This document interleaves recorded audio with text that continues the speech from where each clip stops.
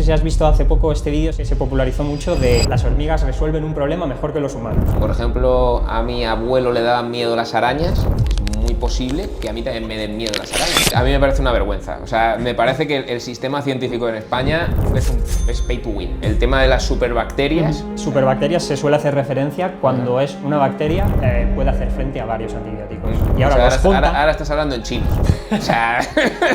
Sabía que esto se podía complicar. Hace unos años tuvimos en España el problema de las vacas locas. Sí. ¿Qué les pasaba a las vacas locas?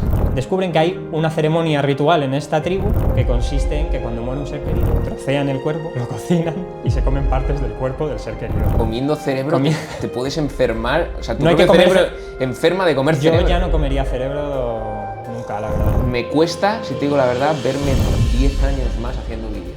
Bueno, me hace mucha ilusión empezar esto, el Wonderverso. El nuevo programa que vais a tener aquí una vez al mes en Mario de Wonder. Van a ser podcasts en el que voy a traer a expertos. Hoy tenemos aquí a Mario, que es un expertazo, que ahora os voy a contar un poquito qué es, pero para que entendáis un poco qué va a ser esto del Wonderverso, voy a traer, digamos, yo lo considero café para cafeteros. O sea, yo sé que a muchos os gustan los animales, os gusta el comportamiento, os gusta la biología, y yo pues evidentemente no soy un experto en todo.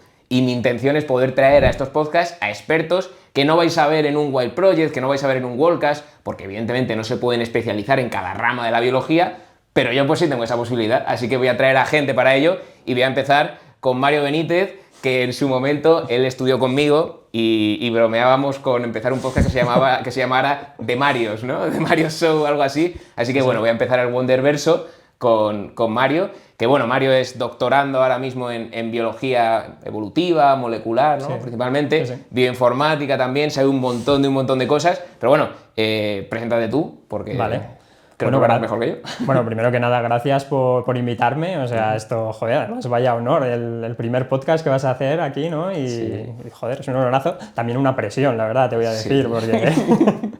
Pero bueno, sí, ya lo has dicho tú, soy estudiante, investigador predoctoral en la Universidad Complutense. Y bueno, básicamente de lo que trata mi investigación, voy a decir este nombre que solemos poner los investigadores a nuestras tesis, que es largo y aburrido, ¿vale? Es biodiversidad, evolución de compuestos antimicrobianos en la piel de las cecilias. ¿Vale? Las cecilias son unos anfibios, después vamos a hablar de ellos y demás, y hablaré también un poco de qué sentido tiene esta tesis, por qué estamos haciendo y demás, y qué importancia puede tener. Bueno, de hecho, esto no lo he dicho, pero en este podcast vamos a hablar de por qué, si se transmiten los miedos y los gustos a la descendencia, si estas superbacterias son tan peligrosas, qué son, la resistencia a antibióticos, epigenética... Las cecilias, que son un animal que Mario siempre me habla de ellas y dice esto es una locura, y yo pues estoy deseando saber por qué son tan locura. Y en definitiva, bueno, quiero empezar ya con la primera preguntita que te iba a hacer. No es que esté con el móvil porque vaya, yo que sé, a ponerme a jugar aquí al Candy Crush o alguna historia de esas. Es porque tengo aquí las preguntas, ¿vale? Algunos somos muy digitales. Pues bueno, entonces, lo primero que te quería preguntar es el cómo nos conocimos. Realmente, creo que ya se ha dicho, nos conocimos en la carrera. Sí. Pues Mario era prácticamente el número uno en el máster de zoología, casi era el número uno, y yo estaba ahí en el top 5. O sea, que tampoco era mal estudiante, no os creáis, estaba mal. Entonces, vamos a empezar con esto. ¿Por qué se está desarrollando? Se habla mucho de esto, ¿no? De que se está desarrollando tolerancia a los antibióticos, que cada vez los antibióticos son menos efectivos. ¿Esto por qué ocurre? Bueno, las bacterias y otros patógenos, no pasa solo en las bacterias, aunque nombraré más las bacterias, pero por simplificar, son seres vivos como nosotros, entonces están expuestos a las mismas presiones selectivas que nosotros. Tienen que sobrevivir, tienen que reproducirse. Por lo tanto, cuando nosotros utilizamos antibióticos para acabar con las infecciones, ellos tienen una presión selectiva muy grande, porque este antibiótico les ataca directamente para eliminarlos. Entonces tienen que desarrollar mecanismos.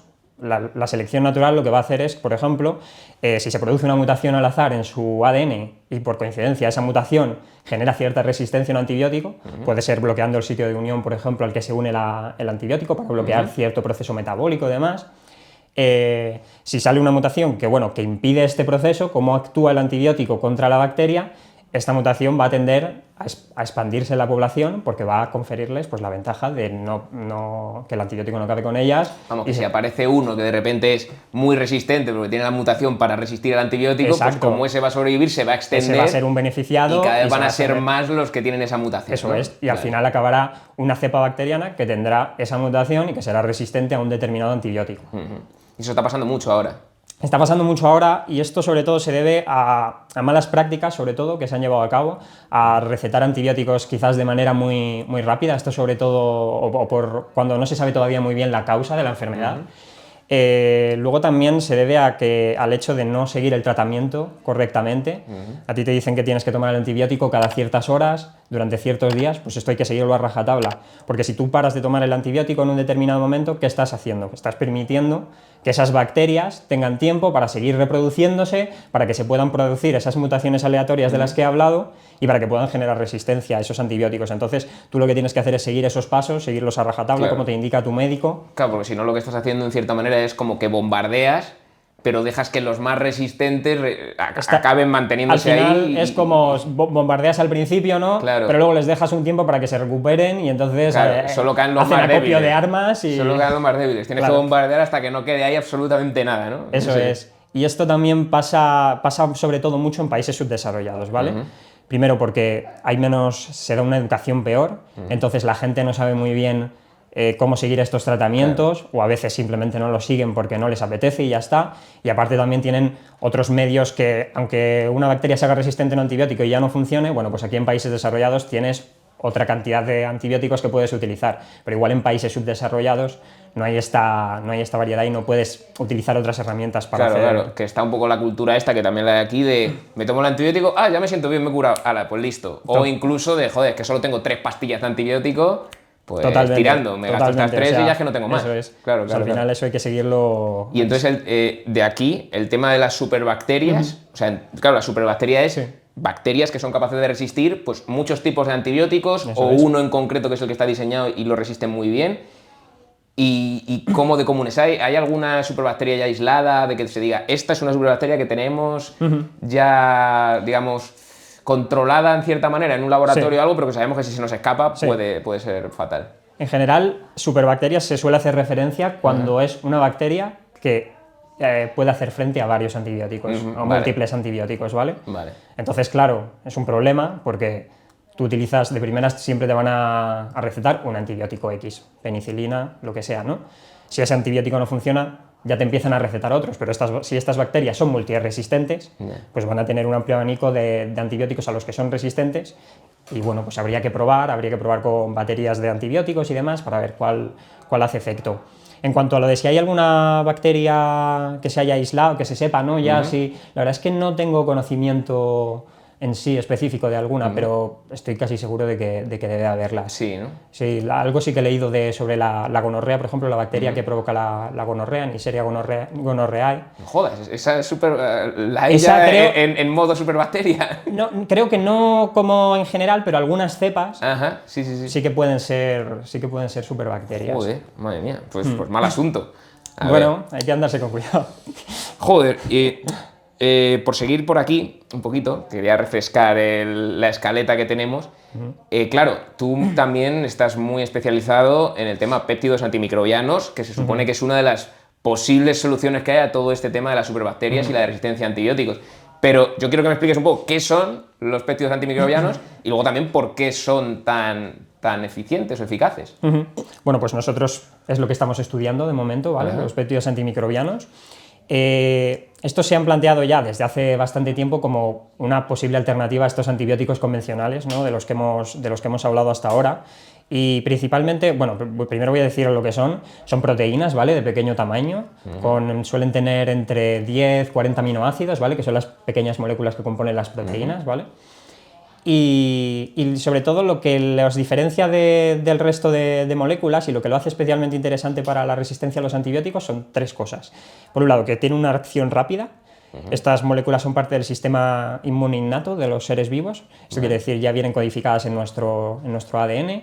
Entonces, tú tienes determinados péptidos antimicrobianos que te van a hacer resistente a determinados patógenos, naces con ellos, eso es lo que tienes. No es como el sistema inmune adaptativo en el que esa inmunidad se va desarrollando a lo largo de la vida del individuo. Pero la ventaja que tiene este sistema inmune adaptativo es que permite una acción muy rápida. En cuanto entra el patógeno, se genera una reacción muy rápida, ¿vale? O sea, son más rápidos que lo que sería un antibiótico de los que consumimos, digamos. No sé si en todos los casos, pero posiblemente en muchos casos sí. Vale. Pueden actuar de manera más rápida o de manera más eficiente quizás en algunos casos. Y después tenemos el hecho de que también tiene un amplio espectro de acción. Esto quiere decir que lo mismo un único péptido antimicrobiano puede acabar con varias cepas de bacterias o varias especies de bacterias, pero también puede acabar incluso con virus, puede acabar con hongos, puede acabar incluso con parásitos. Entonces sirve como para un amplio espectro de agentes infecciosos. Y por último, y la más importante, es que también escapan a los mecanismos de resistencia conocidos, por así decirlo. Esto porque uno de los principales mecanismos... Es decir, el problema que tenemos con los antibióticos, ¿no? que generan mecanismos de resistencia, no lo tienen los péptidos antimicrobianos. O lo tienen menos. Lo tienen menos, digamos, vale, sí. Vale. Y eso es debido a su mecanismo de acción principal, que consiste en, generalmente, unirse a las membranas. Lo pueden hacer de varias formas. Pueden unirse en diferentes regiones, lo que hacen es desestabilizar... Bueno, la membrana es esto que recubre a las células, ¿vale? Si es una bacteria, pues lo recubre, lo aísla del medio y hace que pueda tener su entorno interior y su homeostasis regulada. Entonces, estos péptidos antimicrobianos atacan a la membrana y van a poder, pues, o directamente romperla, lo cual acaba con la vida de la bacteria o lo que sea. ¿Tiene sentido? Rápidamente. Es como meterle un tiro. Es como si pinchas un globo, porque se desinfla y demás. Pues eso le puede crear también poros, entonces por los poros hacen que o bien entre contenido desde fuera que no le interesa, o bien pueda salir el propio contenido que tiene dentro de la bacteria. Esto al final provoca pues, que se mueran o que acaben muy mal.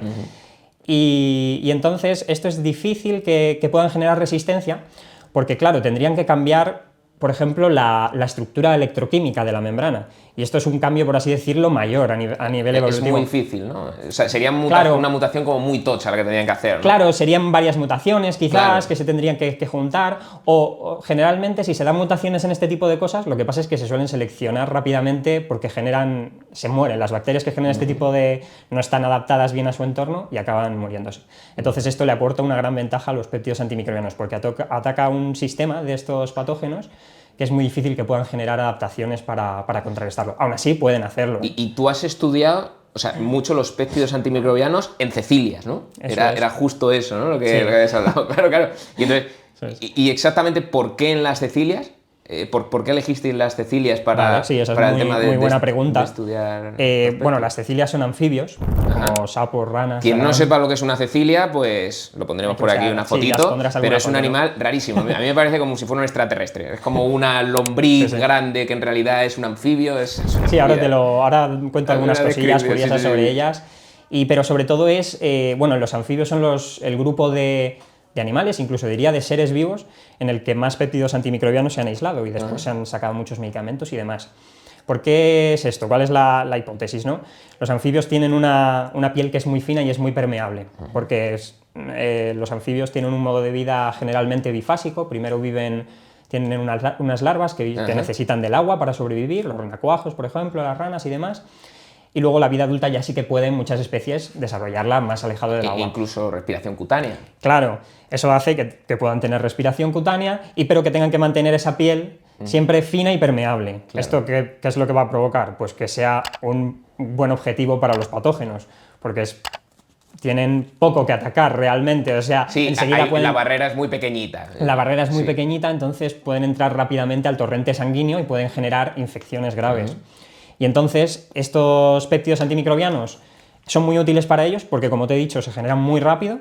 Entonces ya los tienen preparados en la piel, en glándulas especializadas, ya tienen todas esas glándulas llenas de un montón de péptidos antimicrobianos, detectan una infección y en cuanto la detectan, los sueltan y se intenta cargar todo lo que hay fuera y evitar que eso entre dentro de su organismo. Claro. ¿Vale? Por la misma regla, entiendo entonces que deberían tener menos péptidos antimicrobianos, por ejemplo, pues especies como los insectos, ¿no? Especies, quiero decir, grupos como los insectos o como los artrópodos, mejor dicho, que suelen tener más... un exoesqueleto duro, ¿no? Tienen péptidos antimicrobianos, o sea, al final todos los seres vivos... Pero tendrían menos, en incluso principio. Las propias bacterias tienen péptidos antimicrobianos para otras bacterias y para otros seres.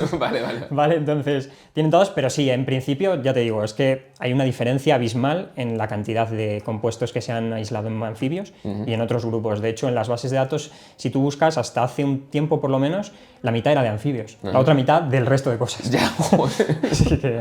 Ostras. Bueno, vamos ya con las cecilias. ¿Qué les hace tan especiales? ¿Qué pasa con ellas? Bueno, lo has dicho tú, En la literatura también las suelen llamar alien-like creatures, dicen en inglés, que es pues criaturas similares a aliens, ¿no? Sí, sí, sí. Y es que al final tú las ves, ya las verá la gente, ¿no? Cuando pongas las imágenes, son animales alargados, han perdido las extremidades completamente. Claro, tú lo primero que pensarías si la ves es un gusano. Claro. Los ojos los han perdido generalmente, bueno, los tienen muy reducidos, suelen estar cubiertos por una capa de piel o incluso a veces hasta por el propio hueso del cráneo llega a recubrir lo que serían los ojos, ¿vale? Porque al final esto también... El cráneo recubre los ojos. El cráneo le acaba recubriendo los ojos. Joder, chaval. Claro, si lo piensas, tienen un modo de vida subterráneo, entonces tienen que escarbar en la tierra. Claro. Necesitan adaptaciones que hagan, primero, tienen un cráneo muy fuerte, muy resistente, con unos huesos muy fuertes, para clavar. Con la cabeza ahí. Claro, al final como un taladro. Son un Sí, taladro, sí. una especie de taladro, porque no acaban así, pero luego también tienen unos anillos alrededor del cuerpo, que también es muy similar a lo que pasa en los gusanos. Son estos ejemplos de evolución paralela, ¿no? Que se dan en diferentes especies, ¿no? Que están sometidas a presiones selectivas parecidas. Y en estos anillos tienen una serie de escamitas, que además es el único anfibio que tiene escamas, porque las escamas empiezan a partir de los reptiles, bueno, los peces también tienen escamas, pero los anfibios no tienen. Y les ayudan a, cuando meten una parte del cuerpo, clavan esas escamitas en el suelo, y eso les ayuda a empujar hacia adentro para seguir clavando las otras Es partes. como que enganchan, como si fuera un poco el piolet de un escalador, ¿no? Que va haciendo... No, o sea, no lo podías decir mejor, la verdad. Así es. Soy maravilloso con las analogías. Sí. Qué chulo. ¿Y qué más es interesante? Bueno, no he hablado un poco por dónde están estos animales. Si los quieres encontrar aquí en España, no los vas a encontrar. ¿De dónde son? Pues son solo de zonas tropicales o subtropicales. Vale. Son subterráneas, viven en el suelo. ¿En Sudamérica o...? Sudamérica, África también en zonas... también en África. Todo lo que sean zonas tropicales o subtropicales del mundo prácticamente están en todas esas zonas. Oceanía también, ¿vale? También en algunas islas, las Seychelles... Y para encontrarlas entiendo que hay que cavar, ¿no? Hay que o cavar. se las puede encontrar fuera de Hay la que tierra cavar. vez en De cuando. hecho, es un grupo tan desconocido. De hecho, se habla de que es el grupo de vertebrados más desconocido que hay. Si haces búsquedas en internet de cuántos artículos hay, por ejemplo, de aves rapaces o de tal, siempre te salen más cosas que si tú buscas de cecilias. Si tú buscas de cecilias te sale poquísima cosa comparado con otros grupos de animales. Una cosa que sí que sabía de ellas, tú me has dicho, claro, increíble todo el tema este de que utilicen las escamas como piolets para ir excavando y de esa manera hacerlo mejor. Pero también que algo de que comían su piel, ¿no? O ¿cómo era? Dermatofagia materna. Efectivamente. ¿Y cómo es esto de la dermatofagia? Bueno, ya de por sí las cecilias tienen mecanismos reproductivos bastante curiosos. De hecho, los anfibios suelen ser ovíparos y ovovivíparos. Ponen huevos donde se desarrolla un poco la cría hasta que nacen. Pero muchas de las especies de cecilias son vivíparas. Ya dan lugar a las crías desarrolladas, ¿no? Sí. Y de hecho, o sea, como los humanos que somos vivíparos, que no ponen un huevo, sino que lo que ponen ya, digamos, sería el animal. Ya sale el animal con un cierto grado de desarrollo. Luego se puede desarrollar un poquito más, pero más o menos está formado. Y en cuanto a lo de la dermatofagia materna, bueno, pues se ha visto que en algunas de estas especies son muy buenas madres, tan buenas madres que sí, al final estas madres acaban dándoles su propia piel a las crías para que se alimenten. Claro, ahora lo pensarás, joder, pues la madre acaba reventada, ¿no? Pero no, realmente no, al final esto ha sido seleccionado por... Claro, pero la madre se desolla para dar de comer a su hijo. La madre se desolla para dar de comer a sus hijos. Lo que pasa es que genera una capa especial de piel sobre su piel normal, que además es más rica en ciertos nutrientes, sobre todo es muy rica en grasas, en lípidos. Y entonces también las crías tienen desde el momento en el que nacen, tienen unos dientes especializados con los que ya están pensados, por así decirlo, pensados entre comillas, ¿no? Específicamente para arrancar esos fragmentitos de piel de la madre y bueno, en principio creo que se sabe que no le hacen tampoco mucho daño así que bueno, no es tan jodido como parece. Y le dan de comer y también le dan, ¿no? Y luego, claro, para rizar el rizo, además es que se ha descubierto que en el oviducto, que es por donde ponen los huevos o por donde dan a luz a las crías, ¿vale? También producen una especie de sustancia blanquecina que curiosamente es muy similar a la sustancia que producen en los mamíferos las hembras para amamantar a sus crías. La leche. O sea, también, les dan piel y leche. Esa es la comida. Es que tú imagínate, o sea, cuando nosotros nos queríamos ya buenos padres, llegan las cecilias y te lo joden todo, ¿sabes? Porque...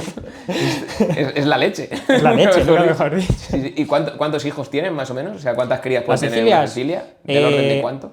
por ver en fotos y demás de nidos y esto, yo creo que del orden de igual de 12, 13, 12, 14, 13. no son muchas, comparado con otros anfibios, Sí. que cuando los que ponen larvas, pues pueden poner miles y... Hombre, claro, también te digo, si tuvieras miles y les tienes que dar piel... Y les tienes que dar piel, tendrías que tener mucha piel. O sea, lo tendrías muy complicado. Sí, Eso es, eso es. Vamos a ver cuál es el siguiente bloque. Perdón, ¿eh? O sea, está súper interesante. Lo que pasa que, chicos, quiero que no nos duren mucho más de 1 hora estas entrevistas para que no os agobiéis y para que tengáis todo el mes para verlo. Entonces, lo siento, Mario, si nos quieres contar más, ya veremos si vienes otra vez. Vale. Hay una cosa también que no hemos mencionado de las cecilias, que es que me dijiste que son especialmente resistentes a los venenos. Sí. ¿Es por esto de los péptidos antimicrobianos o...? Esto no tiene que ver, esto va por un mecanismo totalmente diferente. Ajá. Lo que pasa con esto es que las cecilias, uno de sus principales depredadores son las serpientes. Vale. Concretamente los elápidos, generalmente, por ejemplo, Vale. serpientes de coral y estas.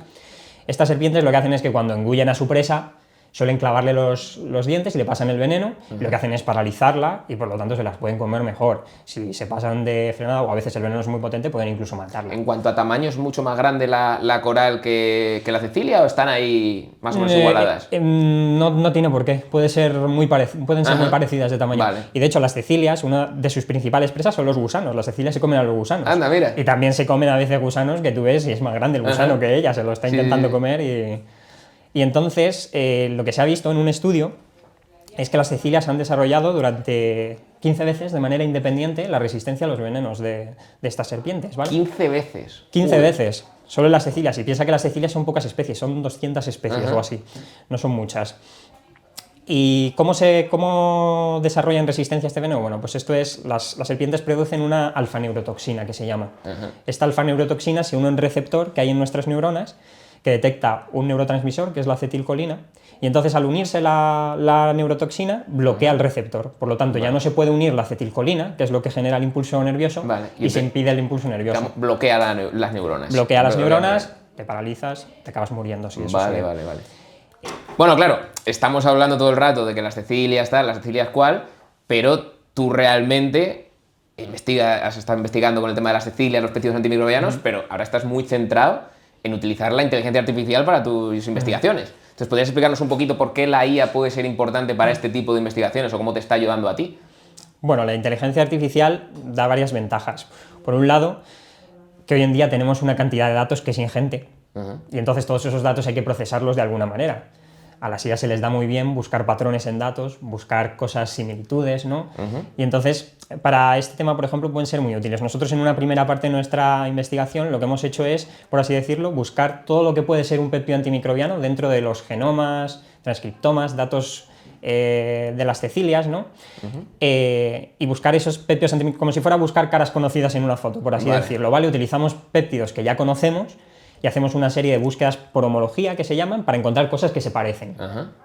Hemos recuperado 420 y tantos péptidos antimicrobianos de 29 familias proteicas y luego hemos utilizado inteligencia artificial para predecir si estas secuencias que hemos encontrado de verdad pueden tener un potencial antimicrobiano o no. Porque puedes encontrar algo que se parece, pero no necesariamente quiere decir que de verdad pueda tener una capacidad antimicrobiana. Que con la IA lo haces mucho más rápido, porque si lo tuvieras que hacer a mano tardarías un montón. Si lo tuvieras que hacer a mano, tendrías que hacer ya experimentos de laboratorio, tendrías que sintetizar esos péptidos antimicrobianos, probarlos contra bacterias, claro, eso ya lleva mucho más tiempo y lleva mucho más dinero también, el dinero en ciencia pues no es que abunde demasiado, entonces es una herramienta bastante útil para este tipo de cosas.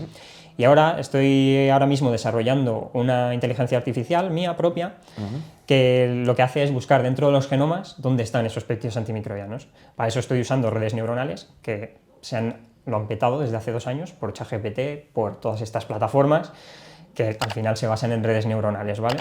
Y estás haciendo un poco un ChatGPT para detectar péptidos antimicrobianos, ¿no? Digamos. Sí, la filosofía es un poco diferente, pero y el objetivo es totalmente diferente, pero sí, es como un ChatGPT para detectar péptidos antimicrobianos. Qué guay.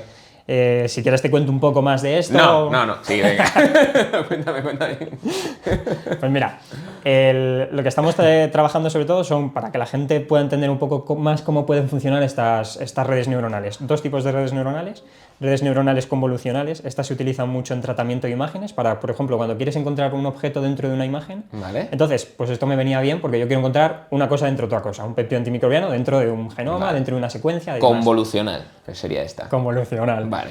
Entonces, esto lo que va haciendo es que por la secuencia de la proteína o del péptido va pasando una serie de filtros o de ventanitas y va detectando patrones locales. Por ejemplo, si en estas 3 posiciones tiene cierto aminoácido, en estas 3, y se va quedando con va recordando esos patrones locales que aprende. Sí. Y después pasa por una red neuronal recurrente que tiene una ligera diferencia, que es que recuerda los estados anteriores.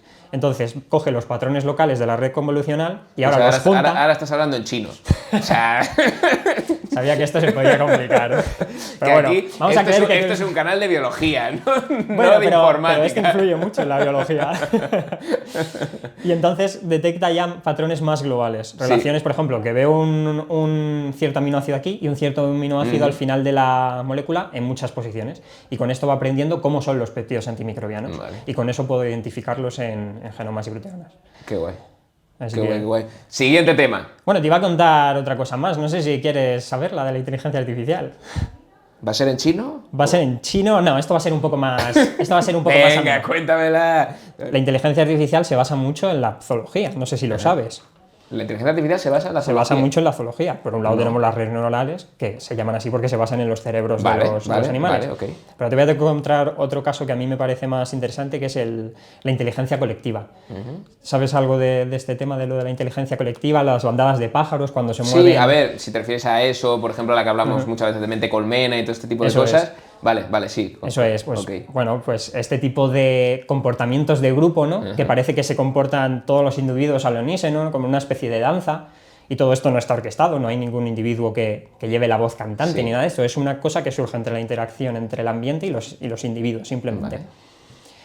Y hay algoritmos de inteligencia colectiva, ¿vale? Por ejemplo, basados en las hormigas. No sé si has visto hace poco este vídeo que se popularizó mucho de las hormigas resuelven un problema mejor que los humanos. Ajá, Y era sí, un me suena. objetito así en forma de T que tenían que pasar como por una especie de huequito pequeño, ¿vale? Ajá. Entonces, claro, tienes que hacer como una especie de movimientos para que esto pase. Sí, es verdad, es verdad. Y entonces los artículos decían, las hormigas resuelven mejor este problema que los humanos, ¿vale? Pequeño inciso para que la gente se haga una idea de esto. Sí. Es básicamente como cuando intentamos pasar un sofá por una escalera. Sí. O sea, era un poco Sí, ese mismo tal concepto. cual. Sí, y sí. entonces comparaban humanos con Y lo que vieron con es que este, es verdad con que hormigas. en algunos casos las hormigas lo hacían mejor que los seres humanos. ¿En qué casos? No en todos, ¿vale? Cuando eran sobre todo un grupo de hormigas muy grande. Cuando era un grupo de hormigas muy grande y con lo que se comparaba era con, por ejemplo, un grupo de humanos, pero a los que se les había restringido la comunicación, no podían comunicarse entre ellos, lo hacían mucho mejor las hormigas que los humanos. A ver, claro. O sea, quiero decir... Estás diciendo que hay trampas, ¿no? Aquí, Hay un poquito se ha de puesto un poco de trampa. Las hormigas sí que se estaban pudiendo comunicar. Bueno, pero las hormigas al final se comunican con feromonas, que es un Sí. sistema de comunicación un poco más rudimentario, ¿no? que como nos comunicamos los seres humanos. Sí, pero es cierto que también hay un componente visual muy grande en las hormigas. De hecho, las hormigas han sido capaces de superar la prueba del espejo y se cree que es porque tienen una capacidad de reconocimiento del resto de individuos de la colmena, iba a decir, del hormiguero muy grande. Muy grande, ¿no? También tienen... Sí es cierto Claro. que el sistema olfativo es el que utilizan principalmente para la comunicación, Sí, sí. pero parece que visualmente también Visualmente están también, muy desarrollados. Sí, claro, sí. claro. Entonces Pues, igual eso también Bueno, puede afectó, ser. ¿eh? De todas formas, a los humanos no se les privaba de visión. O sea, era Bueno. solo, se les tapaba, se les ponían gafas de sol y se les ponía una mascarilla para que no se hicieran gestos sí. y no podían hablar. Pero en general, los humanos, quiero decir, un grupo de humanos que se comunica y un humano individual lo hacía mejor que las hormigas. Sí. ¿Vale? Entiendo. Y se han creado algoritmos de este tipo basados en las hormigas que hacen pues, para resolver todo tipo de problemas, por ejemplo, para predecir el tiempo. Es uno de esos tipos de algoritmos. Se simulan como hormigas artificiales, que realmente esto no es más que algoritmos informáticos, matemáticas y demás, que van recorriendo como todo el espacio de caminos de un determinado problema y se van comunicando como con feromonas entre ellas. Entonces, si una ha recorrido un camino, ha visto que no lleva a ningún sitio, le manda feromonas a las otras y les dice: "Ey, que por aquí no vais a conseguir nada, Vale. iros para otro lado". Sí. Joder, qué guay. Vale, la siguiente pregunta que te quería hacer tenía que ver, salvo que ahora me digas, tengo otra cosa que contarte. Pues sí. No. Ya no. Vale. ya vamos a entrar un poquito en la parte de genética, que yo sé que mucha gente estaréis muy interesados porque últimamente todo el mundo habla de epigenética. Hay mucho magufo con la epigenética, también te digo, mucha gente que dice, no, pero la genética no es todo, la epigenética, bueno, a ver, hay matices, pero es verdad que no es todo la genética, y también hay un tema con la epigenética importante. Entonces, una pregunta que te quería hacer era si el ser humano está evolucionando actualmente. O sea, yo tengo mi propia opinión, que no es ni mucho menos cerrada, pero quiero saber un poco qué piensas tú del tema, de si el ser humano está evolucionando. Te doy la respuesta más rápida, sí. Ven, porque, vale. Sí, porque no puedes no evolucionar. Sí.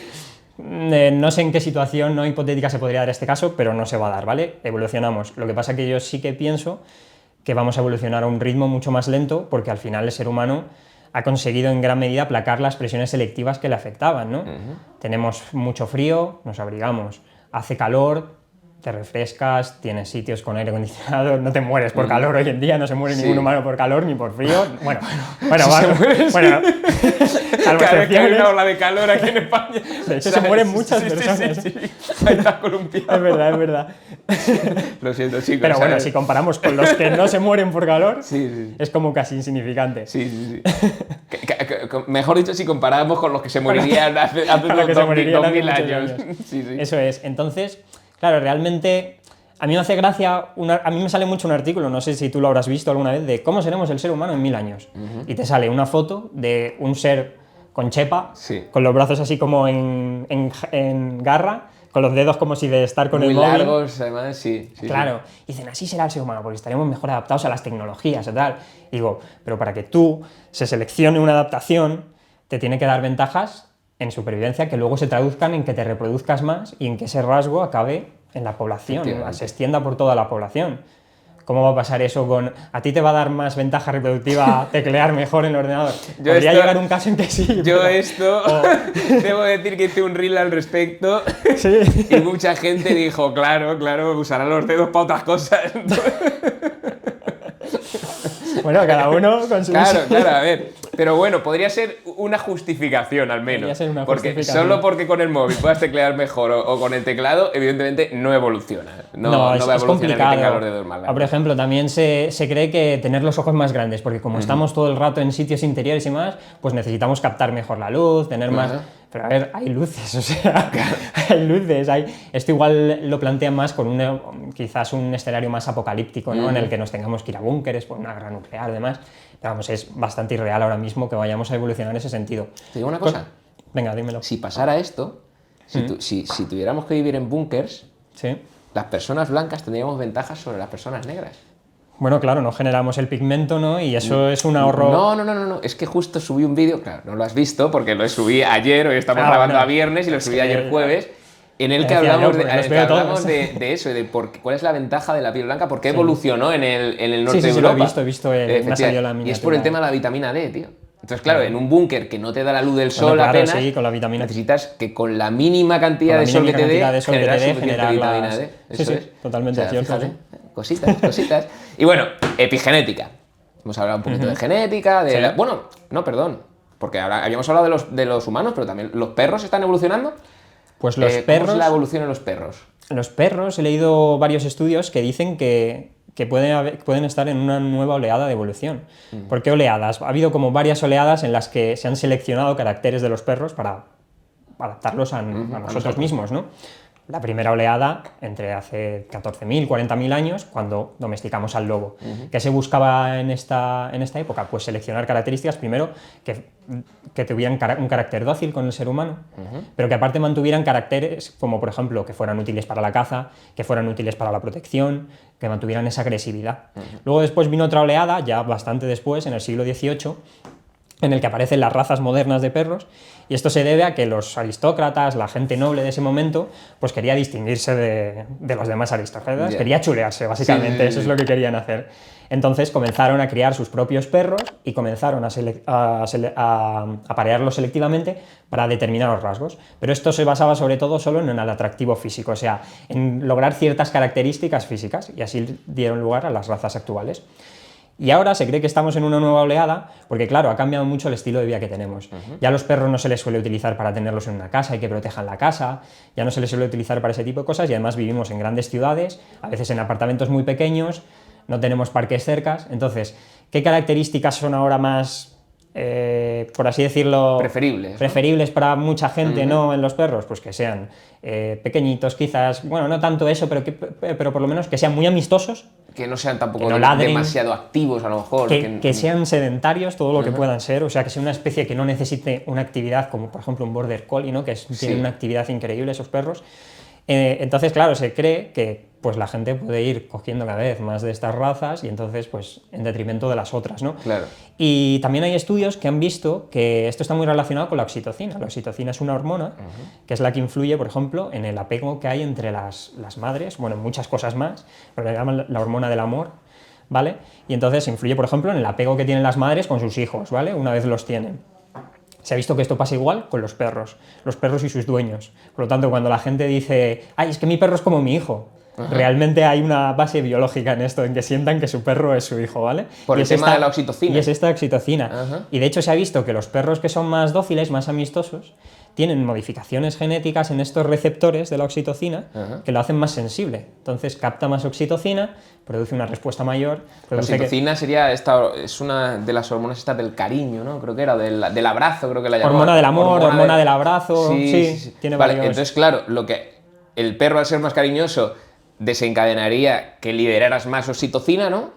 Como persona. Claro, luego aquí hay un bucle de retroalimentación, claro. también. Que el perro también, pero digamos que es como la manera en la que te vas encariñando con el perro. Eso es. Y se ha visto, entonces, que más o menos es lo mismo que con los hijos. Más o menos, casi totalmente. Hostia. Claro, luego hay más factores, claro, ¿no? Pero sí, hay una parte que se debe a eso. Los que hemos tenido perro lo entendemos más o menos, pero luego están siempre los que no han tenido perro que te dicen, bueno, pues pero igual tampoco esto, para tanto que está de claro, acuerdo yo he el oído perro. mucho, bajo, es que parece que sus perros son sus hijos, ¿sabes? Claro. Los trata mejor que a sus hijos, pues es que... O sea, hay una base científica Hay una base científica en que hay mucha similitud en eso. Ostras, qué curioso, tío. Bueno, y vamos ya con la parte de epigenética, ahora sí. Yo he escuchado, y recuerdo haber leído, pero claro, no recuerdo dónde, el tema este de que podemos pasar el miedo, o sea, nuestros miedos, nuestras fobias o nuestros gustos incluso a la descendencia. ¿Esto es así? Sí, y de hecho ¿Sería epigenética? Puede tener explicaciones epigenéticas, y te voy a dar un ejemplo bastante potente de eso, de explicaciones epigenéticas, pero también pueden ser genéticas directamente, ¿vale? Mira, te voy a empezar con una anécdota, ¿vale? Esto hace 2 días me enteré de que un tatarabuelo mío es entomólogo. Vale. Estudia los insectos y demás, supongo que fue biólogo y demás, sé poco todavía porque lo acabamos de enterarnos. Tiene varios manuales de entomología, o sea que debió de ser alguien en el campo, ¿no? Supongo. Pero vamos, yo no lo he conocido nunca ni he tratado con él, yo no sabía de su existencia. Luego también tengo el hijo de un tío abuelo mío también, es profesor en el conservatorio de aquí en Madrid de piano. Y yo, pues... ¿Tocas el piano? Claro. De hecho, entonces... yo hice un cortometraje y la música me la hizo él. Eso es. Entonces ya ahí yo dije, joder, a mí me salió tocar el piano de manera natural, ser biólogo también, ¿no? Digo, ¿habrá que alguna cosa, no? Y digo, voy a buscar un estudio, es lo que hacemos los científicos, ¿no? Somos unos putos raros y decimos, pues voy a buscarme un estudio que avale lo que pienso. Claro. Y encontré, de hecho, un estudio hecho en Holanda con 8.000 y pico gemelos y gemelos monocigóticos, que son los idénticos, los que comparten un 100% de su genética, esto es importante, y dicigóticos, que son los mellizos, que comparten solo un 50%, ¿vale? Un número brutal, 8.000 y pico gemelos, yo no sé dónde lo sacaron. Y lo que vieron es que, bueno, lo que comprobaban es... voy a beber agua un poco. Bebe. Sin miedo. No nos patrocina la marca de agua, pero si alguien quiere patrocinar el podcast del Wonderverso, pues ya sabéis, tenéis mi correo en muchos sitios. Y lo que hicieron fue ver si había factores hereditarios en el hecho de hacer una profesión creativa o no. ¿Vale? Entonces lo que hacían es le preguntaban a estos gemelos qué profesiones tenían y de ahí deducían si era una profesión creativa o no. Vale. Y lo que vieron es que este rasgo tenía un 70% de heredabilidad. O sea, algo que es total... Claro, pero... O sea, ¿de heredabilidad de los padres o se fijaban en los gemelos? Porque los gemelos también habrán tenido una vida muy similar. Esto es curioso cómo lo miden. Precisamente cogen mellizos y gemelos, los gemelos 100% de similitud genética, los otros 50. Vale. Porque si tú encuentras, por ejemplo, que los gemelos se han dedicado con más proporción a profesiones artísticas, que un gemelo es artista de lo que sea y otro gemelo lo es también, y ves que esa proporción es más grande que los que comparten menos genética, puedes de alguna forma decir que eso se debe a la genética. Claro, porque todos, en realidad todos se han criado juntos. Claro, porque en realidad todos lo controlan. Eso es. Así es como sacan esos valores de probabilidad. Es verdad que se pueden discutir, puede haber, ¿no? Pero me sorprendió sobre todo ese porcentaje tan alto, porque normalmente con comportamientos complejos, como puede ser elegir tu profesión, que es algo bastante complejo, tú fíjate todo lo que puede influenciar esa decisión, a veces con esos comportamientos complejos la heredabilidad es muy baja, 20%, 15, 30, eso suele ser lo normal. Y después también se ha visto, por ejemplo, en otros gustos, por ejemplo, el que te guste el café, el té, el alcohol, sabores amargos, pues se ha visto que las personas que les suelen gustar más suelen tener receptores que son menos sensibles, receptores gustativos, que son menos sensibles a esos sabores amargos. Vale. Entonces no detectan tanto ese amargo.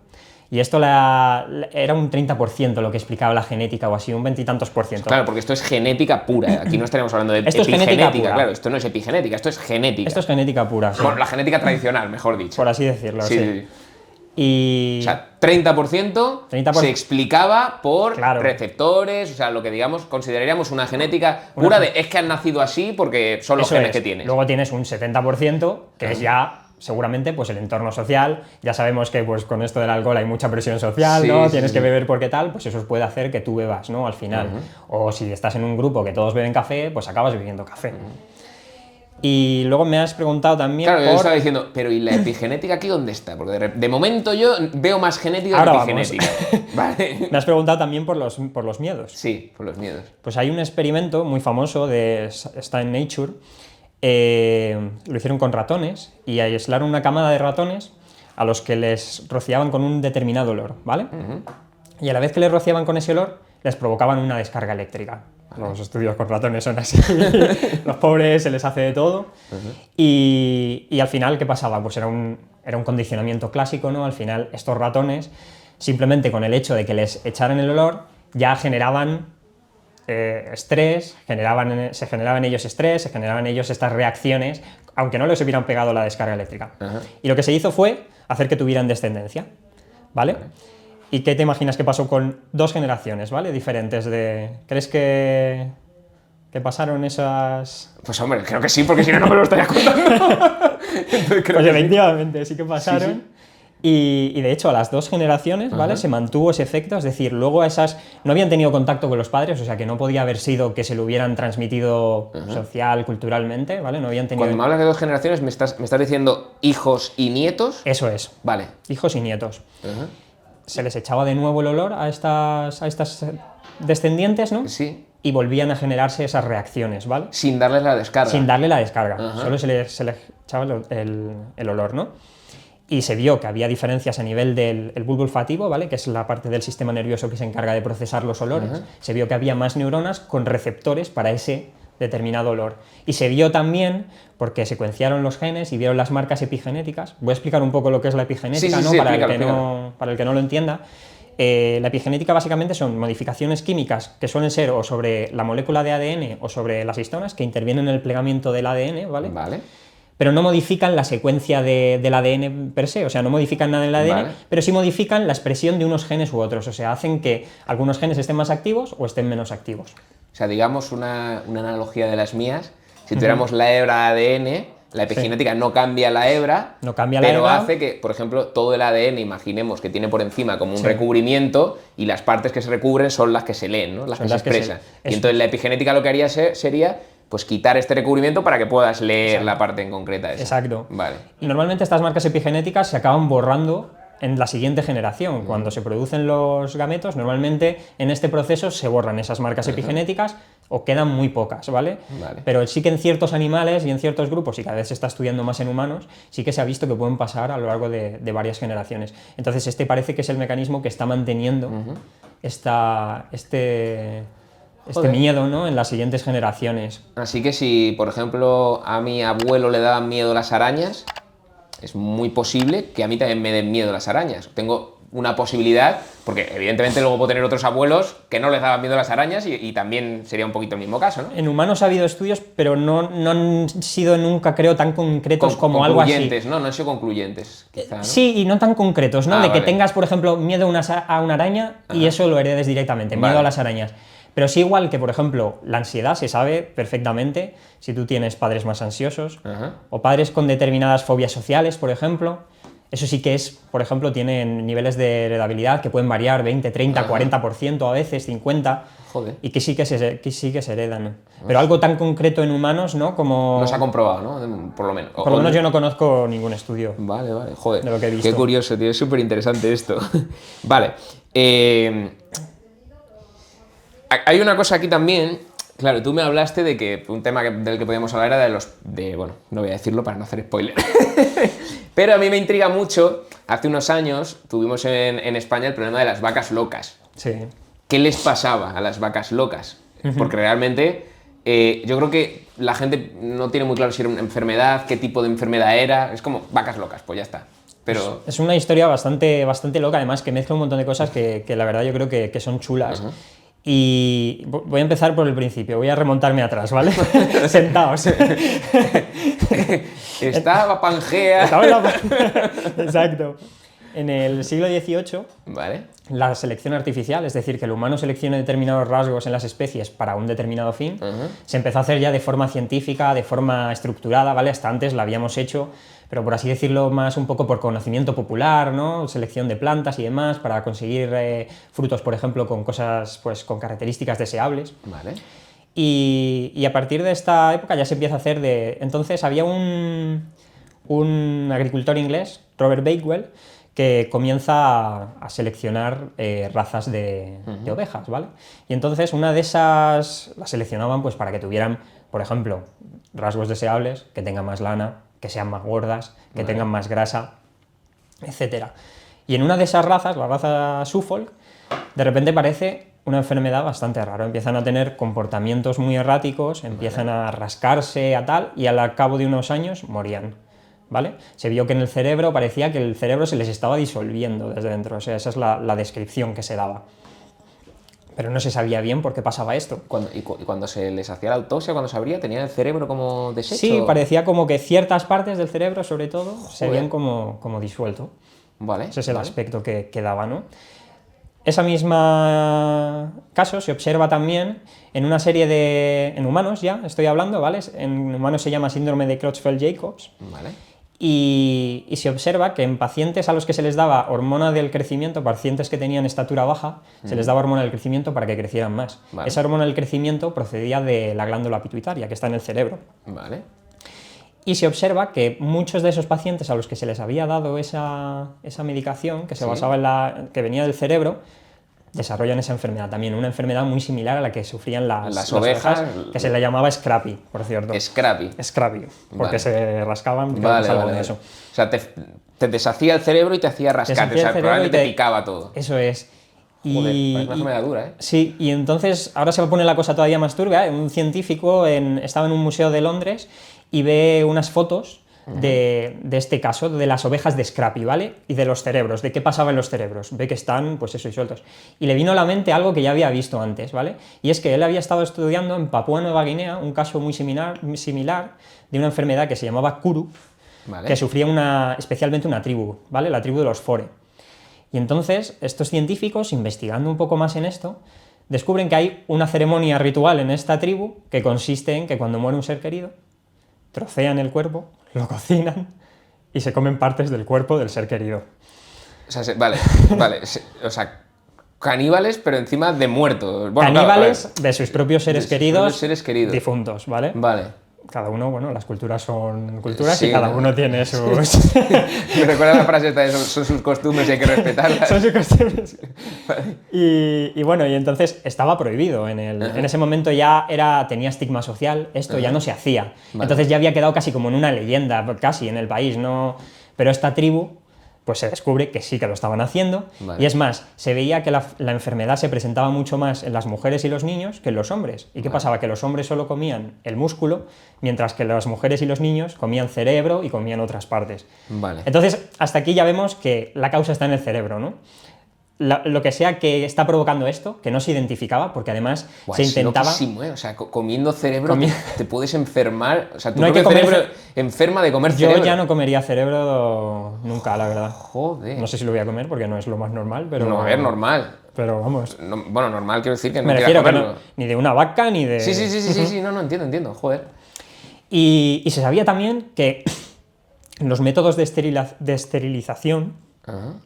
de la época no eran capaces tampoco de acabar con ello, o sea que era un misterio. Después también en una estirpe, bueno, en una, no sé cómo decirlo, un grupo de judíos que venían de Libia Vale. y emigraron hacia Israel, se daba también, tenían esa enfermedad también, bueno, una enfermedad muy parecida, ¿vale? Porque al final no se sabe en el momento qué es lo que está pasando, que se presentaba 30 veces más en ellos que en otros grupos. O sea, estos fueron casi 200 años de enfermedades que no eran capaces de identificar Claro. por qué ocurrían. Sí, no tanto, igual 60, 70 años, algo así, Vale. desde que se identificó la primera vez, ¿vale? Y entonces en este grupo se ve que eso se da mucho más frecuentemente, esta enfermedad. Entonces ya saltó la cosa de, hey, la genética, porque esto era un grupo de judíos que venían de otro país, Claro. que en ese país habían estado muy recluidos y que tenían mucha endogamia, se habían reproducido mucho entre ellos, Vale. entonces compartían mucha genética. Vale.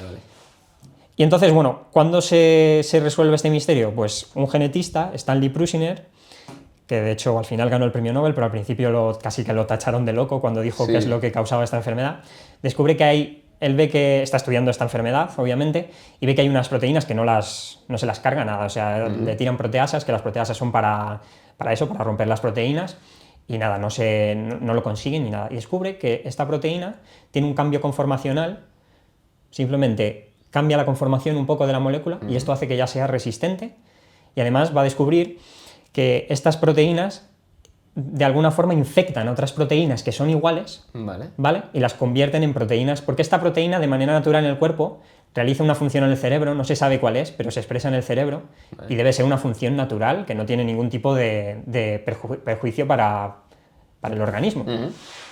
Sin embargo, cuando se da esta enfermedad, lo que hacen es que estas proteínas cambian de conformación y cambian a otras, y se agregan y forman cúmulos, y al final esto acaba por destruir todo Vale. en lo que se encuentran, impiden los mecanismos fisiológicos normales. Entonces es una especie de virus proteico y demás que consiguen replicar su propia estructura, que esto es la primera vez que se veía, porque hasta este momento lo único que se conocía que se podía replicar eran ácidos nucleicos, el ADN, Ya. el RNA, los virus, las bacterias tienen esto, entonces se esperaban que el agente infeccioso de esta enfermedad fuera un virus, una bacteria, pero claro, como ni valían los métodos de esterilización ni nada de esto, pues estaban en shock, o sea, no sabían qué estaba pasando. Claro.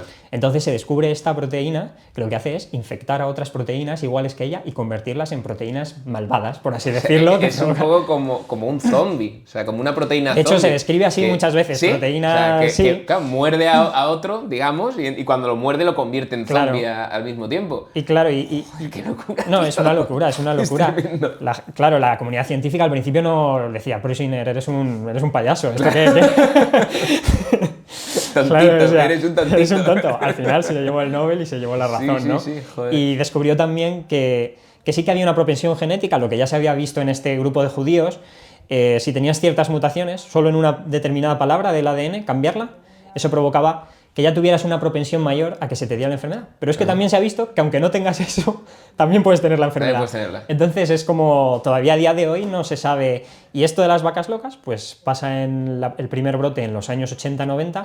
¿Qué pasa? Que se les da pienso a las vacas que está hecho de un combinado de restos de otros animales, de otros tal, con cerebro. Con cerebro. No Entonces- comáis cerebro, no comáis cerebro. De No aquí comáis tenemos que- cerebro. Las casquerías se van a cagar en mí. Patrocinado por Casquerías Paco. Y entonces, pues nada, esto empezó en Reino Unido y fue una crisis para la ganadería terrible. Tuvieron Claro. que sacrificar a cientos de miles de cabezas de ganado y pues eso, pues y en el mundo entero pues se prohibía comer carne de ciertos tipos. Así Y que, si comías de una vaca loca, carne de una vaca loca, de una vaca con esta enfermedad, sí. pero no comías el cerebro, ¿también te podías contagiar? Pues eso no, ahora mismo no te lo podría confirmar 100%, pero creo que sí, igual de algunas partes concretas, pero creo que sí que en Que cierta era menos medida... probable. Sobre todo la proteína se expresa en el cerebro. Ahora, ya que pueda pasar de alguna forma Vale. a otras regiones y demás... Ok, pues oye, muy interesante, no esperaba menos. Y ya pasamos, tranquilos, estamos ya finiquitando. Vale, esta parte es un poquito para la gente que haya llegado hasta aquí, que esté muy interesada en la investigación, en hacer un doctorado. Hay mucha gente que me contacta y me dice, oye, Mario, yo quiero... ¿qué has hecho tú? ¿Qué proceso has llevado para llegar a donde estás, ¿no? A ser zoólogo, a la investigación, y yo muchas veces digo, a ver, yo es que a día de hoy soy divulgador y youtuber, yo no trabajo de investigador, y sin embargo hoy sí tenemos a alguien que sí trabaja de investigador y que estás en proceso de doctorado, y además en un momento muy actual, porque le podéis preguntar a alguien que realmente, que creo también os digo, es que estoy aquí, parece que esto es solo para los que quieran hacer un doctorado, no, esto es muy interesante, cómo funciona todo el mundillo académico en España es un melón increíble que nos podíamos tirar aquí un rato hablando. Créeme que es interesante y que no os va a defraudar. Entonces yo sí quiero que nos cuentes un poco, pues aquí en España, cómo es hacer un doctorado, qué hay que hacer para hacer un doctorado, qué consejos dar de, oye, pues yo haría esto otro, qué es la peor parte, qué es la mejor parte, y eso, un poco a partir de tu experiencia, ¿no? Ya que tenemos a alguien que está en ello, pues qué mejor. Vale, pues sobre todo los requisitos iniciales, ¿no?, que necesitas es carrera, máster, eso lo necesitas seguro, en la carrera que sea. En principio creo que puedes hacer un doctorado en cualquier carrera. Y pues eso, una vez tienes el máster, ya puedes empezar el doctorado, ¿vale? ¿Qué pasa? Tú puedes empezar el doctorado si quieres, de free, por así decirlo. Tú puedes empezar a hacer tu doctorado, pero que no te paguen. Sin cobrar. Exacto. ¿Que se lo puede hacer cualquier persona o no? ¿O tiene también...? Si tienes carrera y máster, lo puedes hacer. Pero quiero decir, dependes de que te acepten, de que te diga un investigador jefe, ¿no? Alguien... Sí, vale, ok. Tú al final tienes que hablar con un investigador, oye, quiero trabajar contigo en esto. Si él le parece bien, ya está, o sea, no necesitas... Claro, porque una cosa que no estás diciendo, que me parece importante para quien no esté muy puesta, digamos que el grado, el rango, digamos, de las formaciones, al menos en España, sería graduado, que sería el que ha hecho la carrera, ¿no? Digamos. Luego estaría el máster, que has hecho un máster de 1 o 2 años, lo que sea, y luego ya estaría el doctorado, que es como el grado máximo, el máximo, ¿no? sí. Ya. Entonces, claro, cuando terminas el máster, pues hacer el doctorado es un jaleo, no todo el mundo quiere, porque el doctorado sí que es básicamente pues para dedicarte a la investigación, ¿no? En cualquier... Sí, al final... En cualquier rama, creo que sí. Claro, puedes investigar en lo que tú quieras, en filosofía, en biología, en lo que tú quieras. Y sobre todo, al final, lo que tenéis que pensar cuando vais a hacer un doctorado, primero, intentar conseguir financiación, ¿vale? Porque hacer un doctorado ya es difícil, pero si encima no te están pagando, más difícil todavía. Para conseguir esta financiación hay una serie de contratos públicos, ¿vale? Cotizan, o sea, antes eran becas, no cotizaban, era un poco mierda todo, ¿no? Y ahora son contratos. Entonces tienes pues diferentes contratos a los que puedes acceder, lo que pasa es que normalmente son competitivos. Y quiere decir que vas a competir pues por notas, por currículum que ya tengas, pero sobre todo por notas, suele ser el factor más importante. Entonces, si tienes en mente que quieres hacer un doctorado, es importante que tengas en cuenta que si tienes una nota altita, mejor. Sí. Y altita es, pues, que si pasas del 8 te va a venir muy bien, o del 8 y pico. O más, sí. Casi. Hay algunos contratos que no requieren tanto la nota, ¿vale? Pero bueno... Yo, por ejemplo, siempre tuve claro que no quería. O sea, lo tenía clarísimo. Bueno, alguna vez me comentaste alguna vez ahí que te lo estabas pensando, yo en el máster llegué a dudar, pero tuve alguna duda, pero siempre, o sea, y yo creo que eso lo que tuve que transmitir. Convencido no te veía. Siempre te dije que a mí no, porque el mundillo académico depende mucho de hacer artículos, depende mucho de... Claro, es que es lo que tú dices, podríamos tirarnos a hablar de esto. No quiero enrollarme con ello, pero bueno, a grandes rasgos hay como aquí en España 2 maneras de conseguir financiación, ¿no? Las FPU estas y las FPI. FPU, ¿no? Sí, por ejemplo, esa es la que tengo yo ahora mismo. Luego también tienes de las propias universidades, ¿vale? Sí. No en todas las universidades, pero en la mayoría yo creo que sí que tienen sus propias becas predoctorales. Y luego a veces también las hay de las propias comunidades autónomas. Vale, que la FPU esta es una en la que, pues básicamente esta es pura nota. A grandes rasgos... Esta es la que más importancia le da a lo que es la nota. Y luego las FPI son un poquito... Las FPI... Hay un poquito más a dedo ahí, del investigador, que le dice... Es como que el gobierno le dice al investigador, oye, tú puedes contratar a una persona para el doctorado. Que te dé la gana. Aunque es verdad que muchos investigadores en esas ofertas se fijan te ponen, oye, nota un 8 mínimo. Sí. nota un 7,5, pero es verdad que hay mucha más flexibilidad ahí. Sí, y sí, que teniendo una nota baja puedes conseguir hacer... Que hay gente que ha hecho doctorados que no tiene un 9,5 de nota. O sea, No, claro. no es imposible... De hecho, te diría que de la gente que yo conozco, los que menos. O sea, tienen notas altas. Al final se acaban encontrando... Claro, porque yo tengo la sensación de que hay más FPIs que FPUs. O sea, era la sensación que tenía yo. O sea, hay más gente de... Deben de estar similares ¿Sí? en números, sí, yo creo. Bueno. Sí, yo creo que sí. ¿Y cómo es no o sé sea, ¿qué dirías pero... que es lo peor, lo mejor de hacer un doctorado? Según tu experiencia. Lo mejor claro. creo que depende mucho de cómo seas tú, ¿no? Sí. Yo, por ejemplo, yo te puedo decir cómo soy yo, que yo soy una persona muy curiosa, me encanta investigar, me encanta profundizar en un tema, no me gusta quedarme en la superficie. Entonces, pues esto es como lo principal que tienes que tener para dedicarte a la investigación, ¿no? Que tengas esta curiosidad, estas ganas de hacer más, de llegar a más y todo esto, ¿no? Si tienes eso, pues bueno, más o menos puedes tirar, ¿no? Sí. Y en cuanto a lo malo, yo creo, por un lado, es una cosa difícil, porque estás investigando algo que es novedoso y que te vas a encontrar con un montón de callejones sin salida, de frustraciones y demás. Pero casi me parece peor en sí lo que es el propio sistema científico. Eso para mí es la peor parte del doctorado. Lo que tú ya has dicho, la importancia de publicar mucho. Ya no solo eso, el gasto económico que a veces supone un doctorado, porque los congresos, cuando tú vas a exponer tus resultados científicos a un congreso, hay que pagar. O sea, se supone que tú estás haciendo un bien a la sociedad, estás comunicándole a los científicos lo que has descubierto y resulta que encima tienes que pagar. A mí me parece una vergüenza. O sea, me parece que el sistema científico en España es pay to win. O sea, es como estos juegos en los que si tú pagas te dan un arma mejor y joder, es que es buenísima es que es así, sí. porque es que yo me parecía acojonante que, por ejemplo, en parte, para esto, sí. Este es un poco el problema de lo que estamos hablando. Tú para solicitar una FPU, una FPI, para hacer un doctorado, básicamente, claro, te van a tener en cuenta congresos a los que has ido, pósters que has publicado, papers, etcétera. Todo eso, aparte de que tú hagas el trabajo, aparte de que tal, tienes que pagar para ir. O sea, tú no puedes ir a un congreso. Hay algunos, pero muy pocos que puedas ir gratis. O sea, tienes que pagar para ir. De hecho, los hay muy caros. O sea, yo quería ir a uno en agosto y no he ido porque costaba la inscripción solo entre 500 y 600 euros. 500 y 600 euros para ir a decir, oye, fijaos lo que he descubierto. O sea, es increíble, claro. Es que es una cosa... Era un congreso grande, internacional y demás, entonces son más caros. De todas formas, no es todo así, ¿vale? Porque generalmente, si tú tienes un proyecto... ¿vale? Y tienes dinero asociado a ese proyecto, normalmente cuando vas a congresos y este tipo de cosas, se suele pagar del proyecto. Claro. Pero hay mucha gente que hace el doctorado sin proyecto. Pero estamos hablando, ya estás dentro del doctorado y te lo está pagando la universidad. Pero para tú entrar en el doctorado muchas veces te piden haber hecho ya congresos y todas estas historias. Claro, y ahí no es raro que puedas estar en un... Evidentemente, te lo tienes que comer tú. Claro. Entonces, bueno... Pues sí, es así. Es el gran problema. Pero bueno, lo bonito de la zoología, en cierta manera, es que hay tantas especies que, bueno, siempre tienes algún sitio por donde tirar. La parte mala, claro. Que financiación en temas de fauna y tal. Bueno, tú supongo que a lo mejor pillas un poco más, porque como es tema medicamentos, a lo mejor tenéis más financiación en lo vuestro. Bueno, pues estamos de hecho en ello, sí, ¿no? Estamos en conseguir financiación, claro. Así que, bueno, ya te diré.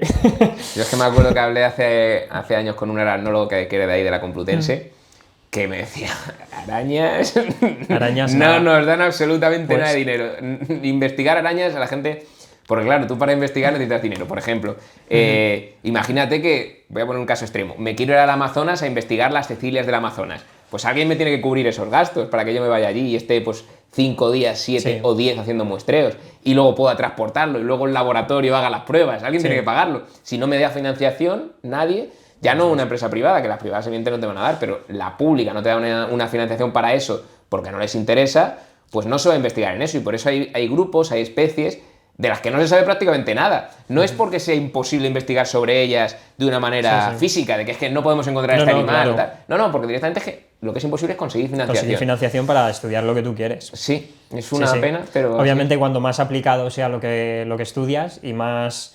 beneficios pueda dar al ser humano, que parezca que da beneficios casi directos, ¿no? Al ser humano, eso es lo que más posibilidades tiene de que acabe siendo financiado. Joder. Pero bueno.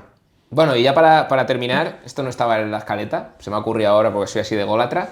¿Alguna pregunta que me harías a mí que dirías, joder, mira, Mario, ahora la verdad que tú como me has podido preguntar muchas cosas a lo largo de mi vida, pero igual se te ha ocurrido algo? Te he preguntado ya muchas cosas, ¿eh? Claro, pero a lo mejor durante este podcast se te ha ocurrido algo y dices, mira, pues esto quería saberlo. Hostia, ¿qué pregunta te puedo hacer? Tienes 5 segundos y si no pasamos al final. ¿Dónde te ves en 20 años? Pues es una buena pregunta porque no lo sé, O en tío. 10, por ejemplo, me he ido mucho, 10, 20 es mucho. 10 años. Me cuesta, si te digo la verdad, verme 10 años más haciendo vídeos. Vale. No porque no pueda ser que al final ocurra, sino porque me lleva tanto tiempo Y esfuerzo. y sí, esfuerzo, pero sobre todo al final el tiempo, Ya, el sí, esfuerzo, en mi caso son prácticamente lo mismo, Ya. porque lo que me lleva tiempo me lleva esfuerzo. Joder, me cuesta creer que pueda seguir 10 años al ritmo ese actual. ritmo, ¿no? Sí, que a lo Sí, mejor no sigo sé. y hago un vídeo, hago dos, no lo sé. Pero por otro lado, tengo tantas ideas a corto o medio plazo que 10 años me parece. De hecho, miro 2 Claro. años atrás y digo, Y dices, joder, qué de cosas me han pasado, ¿no? Cómo ha cambiado mi vida. Así que no lo sé, no lo sé. O sea, Ya sé. lo mismo me estoy. Bueno, no lo digo. No, pero iba a decir lo mismo. Que si no va a pensar la gente. Lo mismo me estoy presentando al presidente del gobierno, Ojo. que lo mismo estoy investigando sobre, a El los caso leopardos es, de las nieves. ¿será Pedro Sánchez dentro de 10 años? A ver, igual sigue Pedrito, ¿no? No creo que en España hay una. Bueno, por ley solo se puede estar 8 años, pero a lo mejor lo cambian, no lo sé. Sí, ¿no? Está la... Es verdad, Claro, es verdad, claro. pero bueno, nunca se sabe, ¿no? A lo mejor sí sigue Pedrito ahí, dale que te pego. Bueno, no sé. Pero igual estoy eso, en Tailandia o estoy aquí trabajando en una empresa de suplementos, por ejemplo, que no lo sé, tío. Bueno, está bien. Y bueno, ya para terminar, pues chicos, muchas gracias. Ahora te vas a despedir tú, no te preocupes. Muchas gracias por estar hasta aquí. Recordad, el Wonderverso va a ser un episodio al mes. O sea que cuando digáis, oye, quiero verme un podcast, pues lo ponéis, lo buscáis aquí, el Wonderverso Mario de Wonder, lo encontraréis. Dejadme en los comentarios si os ha gustado la entrevista, si os gustaría que trajera un experto de algún tema concreto. Oye, pues a mí me gustaría mucho que trajeras a un genetista, pues a mí me encantaría que trajeras a un etólogo, lo que sea, dejádmelo en los comentarios. Y aparte de eso, tengo que agradecer muchísimo a Organización 2000, que me ha dejado este espacio, que es el espacio que vamos a estar utilizando en muchos de estos podcasts. No en todos, porque mi intención también es grabar algunos en campo, o sea, en el lugar donde, pues por ejemplo, donde trabaje X persona. Imaginaros que voy a hablar con un primatólogo experto. Pues hombre, lo ideal, si lo consigo, es grabarlo en un sitio donde tengan primates, donde se dediquen al estudio de los primates. Y aparte de eso, pues que el próximo va a ser sobre los zoos. Debate sobre, oye, los zoos son algo positivo, algo negativo para la fauna, cuáles son las partes malas, cuáles son las partes buenas, con un experto que va a defender a los zoos, con matices, no va a ser ninguna guerra, aquí ya sabéis que no busco dos toros chocando, sino dos personas con posturas diferentes, pero que puedan dialogar y que también, en cierta manera, pues haya cosas que puedan decir, oye, mira, pues tienes razón, no estás equivocado. Entonces, bueno, ese va a ser un poquito el objetivo del Wonderverso, traer a gente muy importante, que sepa mucho de lo suyo, como habéis visto a Mario, y ya dejo a Mario que despida él el podcast. Bueno, nada, gracias a ti por invitarme. Sí. La verdad que, joder, me lo he pasado bastante bien. Ya no sé si en algún momento repetiremos, hablaremos de otras cosas. Y Pero nada, no, eso, sí. que si queréis investigar, investigad, porque la verdad que merece la pena, tiene cosas muy bonitas y a pesar del sistema que es un poco terrible, bueno, se acaban sacando las cosas buenas. Síguenos y suscríbete, síguenos y suscríbete, síguenos y suscríbete, lo.